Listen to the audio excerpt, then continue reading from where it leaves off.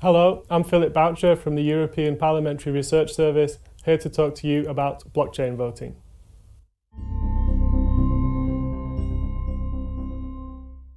In elections, we usually have a central authority that records, counts and checks all of the votes. And with blockchain, the process is decentralised, so everyone can hold a copy of the full voting record on their own devices. The data is encrypted to protect the identity of individual voters. Illegitimate votes cannot be added and the historical record cannot be changed because everyone holds a copy and can check that all of the votes comply with the rules and are counted properly.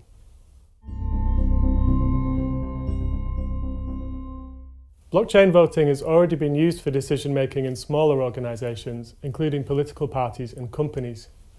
Some say that blockchain could help voters to engage more deeply and make decision-making more fluid.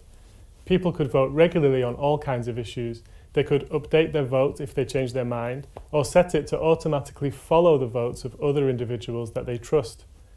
We could even encode elections into smart contracts so that once the votes are counted, the results automatically take effect, like a self-implementing manifesto.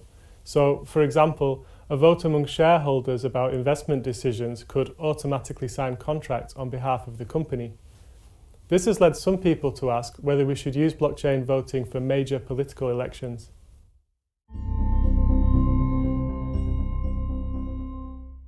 Well, proponents of e-voting have argued that it could improve voter turnout by appealing to young people and allowing citizens to vote on their own devices whenever they want.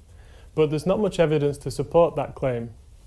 Furthermore, some people might not have a suitable device, so the authorities would have to make them available. Also, the best way we know to combat vote buying and coercion is to use private voting booths. But in doing all this, we would re-centralise the system.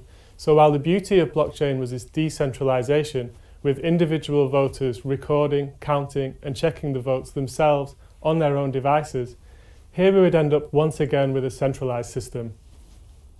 Finally, public confidence is crucial. Any system has to be understandable and trustworthy enough so that even if a voter is disappointed with the result, they can accept that it was fair and valid. Since blockchain is more complicated than other paper and e-voting systems, we will probably not see it used for the European elections in 2019 or even in 2024. Nonetheless, it remains an interesting choice for decision-making in smaller organisations.